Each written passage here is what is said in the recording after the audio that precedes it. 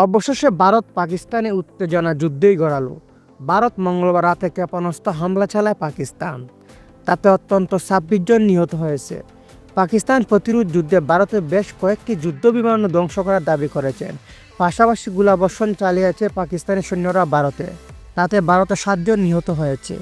দুপক্ষের এই পাল্টাপাল্টি হামলায় উভয় দেশের সীমান্তে আতঙ্ক ছড়িয়েছে। গড়ছে নিরাপদ স্থানে সরে যেতে হচ্ছে সীমান্তবাসীকে। যেসব এলাকায় ভারতে হামলা হয়েছে সেখানকার থেকে সব সাংবাদিকদের সরে যেতে বলেছে পাকিস্তানি সরকার। দক্ষিণ এশিয়া পারমাণবিক শক্তিধর দুই প্রতিবেশী রাষ্ট্রের মধ্যে যুদ্ধ বাধার উপক্রম হওয়ার উদ্বেগ প্রকাশ করেছেন বিশ্ব সম্প্রদায়ও।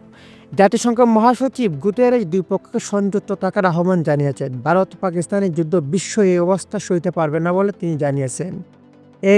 ভারতের এই ঘটনায় লজ্জাজনক আখ্যায়িত করেছেন যুক্তরাষ্ট্র প্রেসিডেন্ট ডোনাল্ড ট্রাম্প। আশা করেছেন অচিরে বন্ধ হবে সংঘাত।